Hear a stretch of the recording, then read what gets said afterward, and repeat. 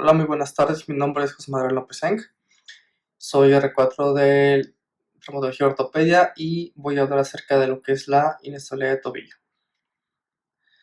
Bueno, primero mencionar que el tobillo se considera la articulación móvil más estable del cuerpo, esto debido a sus restricciones estáticas y dinámicas, asimismo como lo que es la configuración ósea de la mortaja y el domo talar. Para la inestabilidad de tobillo es importante recalcar lo que es anatomía, sobre todo el complejo ligamentero lateral, el cual está comprendido principalmente por lo que es el ligamento peronoastragalino anterior, el ligamento calcáneo peroneo, el ligamento peronoastragalino posterior y lo que es el ligamento talocalcáneo. Para poder hablar de inestabilidad tenemos que hablar de lo que es el esguince de tobillo, ya que una inestabilidad viene precedida de un esguince de repetición o maltratado. Bueno, este es una patología traumática, es la más común y la lesión que más se presenta durante actividades deportivas. Esta lesión representa más del 40% de todas las lesiones deportivas. Generalmente el mecanismo de esta lesión es una combinación de inversión con una flexión plantar o una rotación interna del tobillo. El cuadro clínico, como lo ya conocemos todos, es dolor en la región lateral del tobillo, edema, lo que es la incapacidad funcional y sobre todo la limitación para el apoyo bipodálico. Ok, el diagnóstico de máster clínico se puede apoyar con radiografías. Hay unas reglas de Ottawa que esas reglas se plantearon principalmente en Estados Unidos para disminuir los costos por radiografías mal indicadas en pacientes con esguinces. Estas reglas nos dicen cuándo sí y cuándo no debemos de pedir radiografías a un esguince de tobillo. Si el paciente presenta sensibilidad ósea en la base del quinto metatarsiano o una incapacidad para cargar peso inmediatamente después de la lesión o sensibilidad ósea en la punta o en el borde posterior del malleolo, son indicaciones de tomar unas radiografías de tobillo al paciente, o sea, una perilateral. Hay estudios un poquito más especializados como es el ultrasonido, el cual se puede usar en una esguince en fase aguda, nos va a aportar datos útiles para descartar lesiones ligamentarias. El problema con el ultrasonido es que es operador dependiente, pero es una buena herramienta en fase aguda. Y ya buscando lesiones más específicas, sobre todo si buscamos lo que es alguna fractura articular o alguna lesión condral, subcondral, está la resonancia magnética y la tomografía, pero bueno, esto no es usual pedirlas para un esguince de tobillo. Hay una clasificación que está establecida para lo que es el esguince de tobillo que la divide en 3 grados. El grado 1 es la integridad cápsula ligamentaria completa, con un daño parcial del ligamento peronoastragalino anterior. Un grado 2 nos habla de que aún hay integridad en la cápsula ligamentaria, con un daño total del ligamento peronoastragalino anterior y un daño parcial del ligamento peronocalcáneo. Y un grado 3, aquí ya no hay integridad cápsula ligamentaria, hay un daño total del peronoastragalino anterior, del peronocalcáneo, y puede haber una lesión parcial del ligamento peroneo astragalino posterior. Bueno, solamente por mencionar lo que es el tratamiento del esguince de tobillo, como ya es bien conocido el RICE, que es el reposo, hielo, compresión, elevación. Esto se usa alrededor de 3 semanas, en lo que damos tiempo de que los fibroblastos invadan el sitio de lesión, y esto se van a hacer bandas de colágeno, lo cual va a ayudar a la recuperación del esguince del paciente, hablando de un grado 1, grado 2. En un grado 3, pues obviamente estas medidas son usadas, aunque esto ya va a variar y es donde va a entrar lo que es ya la inestabilidad de tobillo. En caso de ser un tobillo inestable, no es lo ideal que sea tratado quirúrgicamente en la fase aguda. Y bueno, ya entramos en lo que es el tema de inestabilidad de tobillo. Se define como la incompetencia de las estructuras articulares para mantener su relación anatómica y asimismo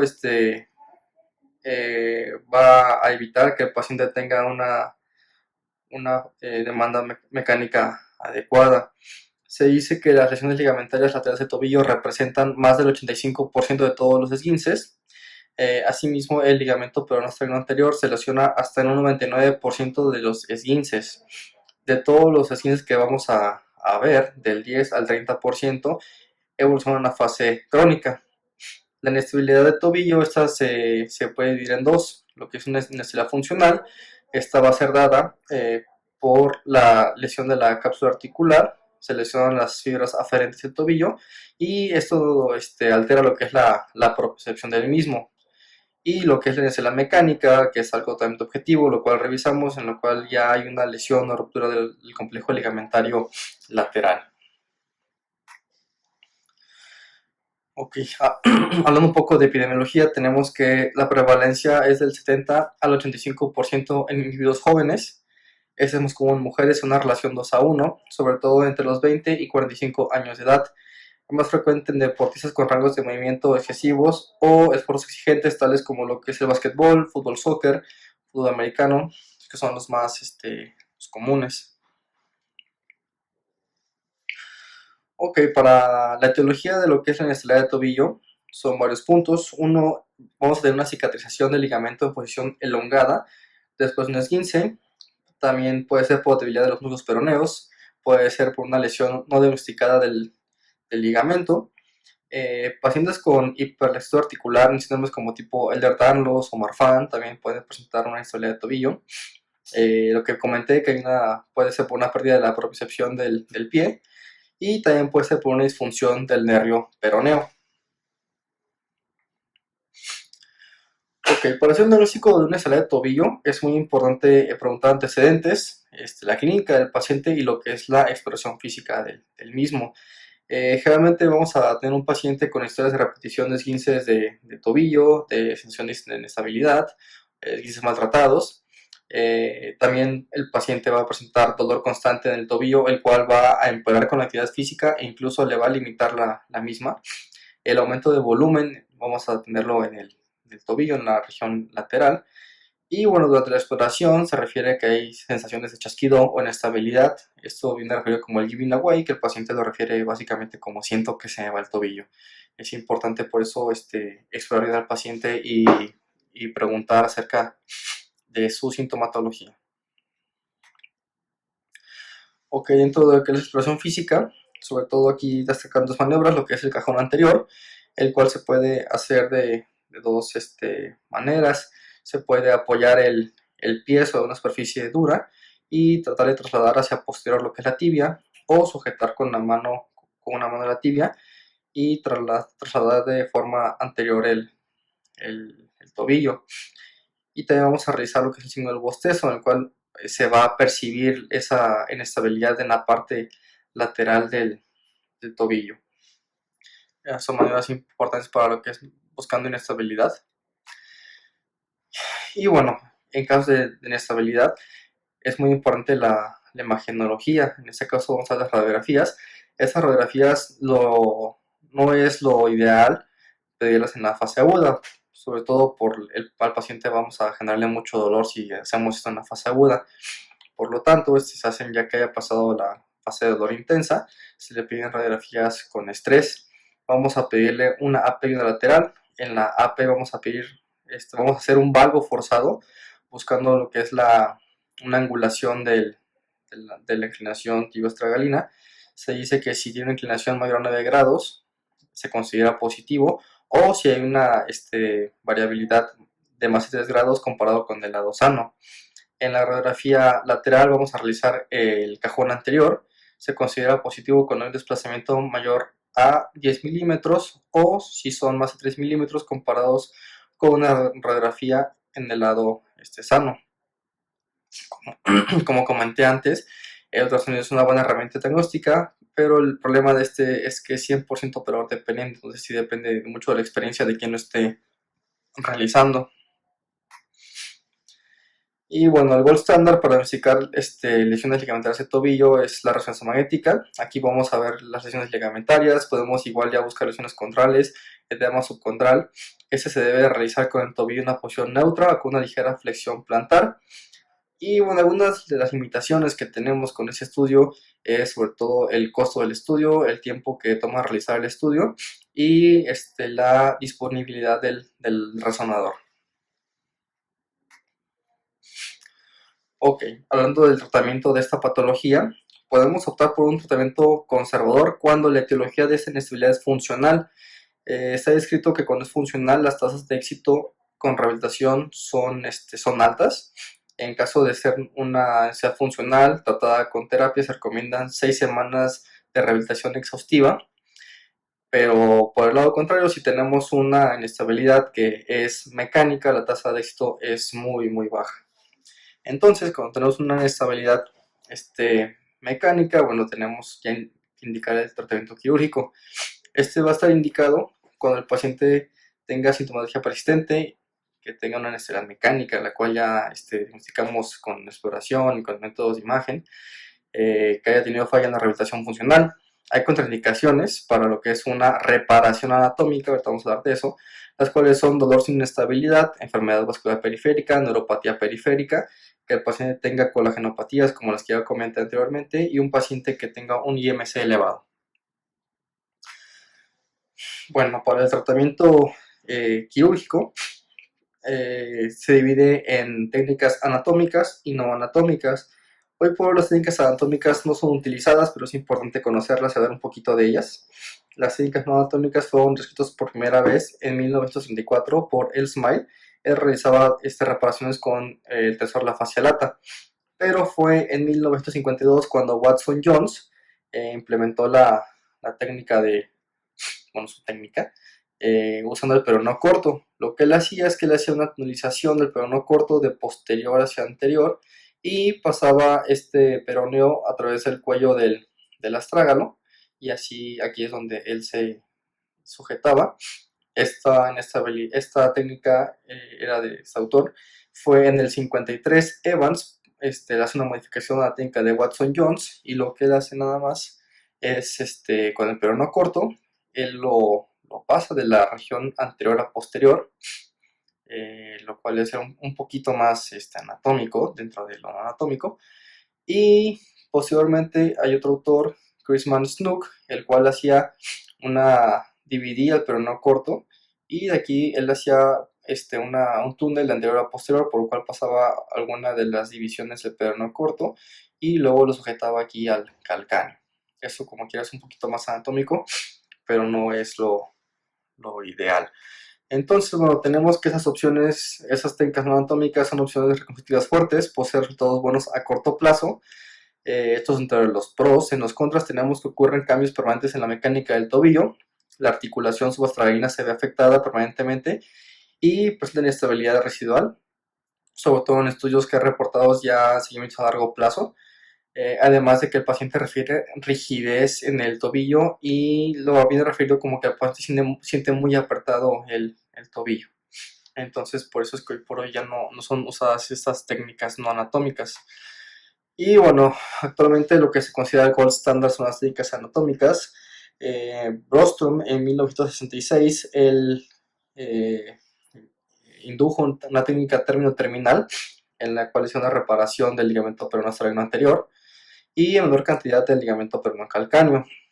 Gold, después lo que él hace, aparte de lo ya comentado, él reinserta la porción lateral de la porción inferior del retináculo extensor del peroné junto con el ligamento peronoastrágalo anterior.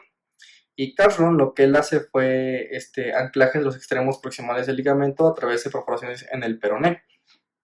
Entonces, la técnica de Brostrom, Gould, Carlson es el procedimiento efectivo para el tratamiento de inestabilidad lateral crónica de tobillo.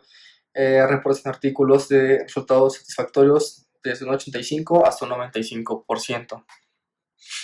Entonces aquí es como venía comentando, esta técnica de Brostrom en la cual hacemos una reparación terminal en el ligamento peronoastrágalo anterior, aquí en el ligamento peronocalcáneo. En la técnica de Gould vemos cómo hay una aumentación o se une también lo que es la porción inferior del retináculo extensor, aquí junto con el peronoastrágalo anterior.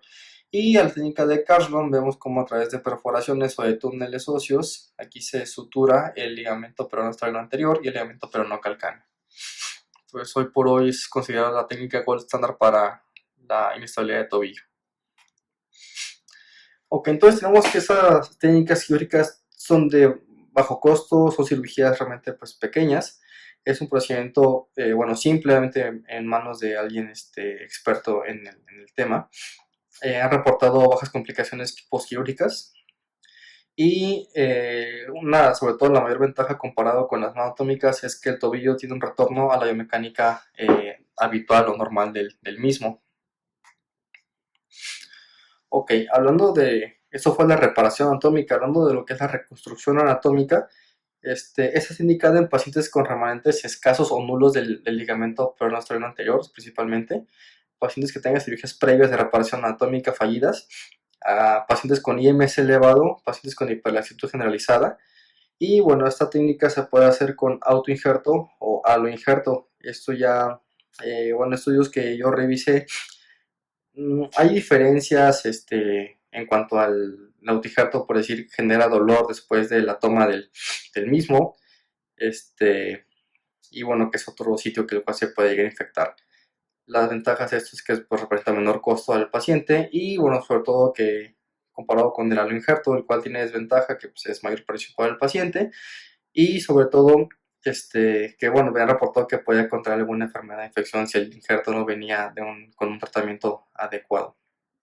Entonces, lo que se va a hacer aquí, en esa imagen que está aquí abajo, bueno, aquí vemos cómo están tomando una porción del peroné largo, se hace una perforación en el sitio anatómico del peroneostreno anterior, el cual está en el borde inferior de la región articular distal del peroné. Se hace una perforación a 45 grados y también se hace esta perforación aquí en el cuello del astrágalo. Entonces, mediante dos tornillos de interferencia, uno que va hacia el peroné y uno que va al cuello del astrágalo, se coloca el injerto y bueno, ya colocado también se va a reforzar con puntos de sutura. Y bueno, recientemente, bueno, tan recientemente, pero ya se hacen reparaciones artroscópicas del complejo ligamentario lateral. Es un procedimiento mínimo invasivo, el cual se ha demostrado que los pacientes tienen menos dolor postquirúrgico, hay menos complicaciones al hacer una recuperación más rápida, sobre todo en la fase aguda. También ventajas de esto es que mediante la artroscopía es diagnóstico terapéutico, podemos aquí hacer una evaluación del cartílago articular y en caso de ser necesario que haya lesiones contrales se pueden realizar microfracturas. Este es un estudio el cual se realizó en la Universidad de Tokyo, en Japón. Este estudio fue en 2015, en el cual comparan la recuperación temprana de una reparación del complejo ligamentario lateral artroscópica versus una cirugía abierta. Aquí tenemos que es un estudio retrospectivo en el cual en los grupos de estudio no hay realmente una diferencia estadísticamente significativa. Vemos que la media de edad es muy, muy similar. Lo que así aquí llama la atención es que la mayor de los tobillos estudiados fueron del lado derecho. Entonces, bueno, aquí en medio artroscópico se usaron dos portales, una línea media que está justamente lateral a lo que es el tendón de Aquiles y un portal anterolateral accesorio que fue por donde se trabajó. Este se usó más para la visión artroscópica. Este portal se hizo justamente anterior a la punta del peroné. Estas son las ideas que se hicieron. Entonces lo que se realizó aquí durante la cirugía, mediante visión con artroscopio, se realizó mediante el portal anterolateral accesorio una perforación en 45 grados hacia posterior, de anterior a posterior, para colocar un ancla. Y la segunda ancla colocada se colocó ligeramente proximal comparado con la primera, que fue en ese sentido. Colocadas las dos anclas, se realizó la reparación del ligamento peroneostreno anterior con el hilo de las anclas que venía reportado como nylon 2 ceros.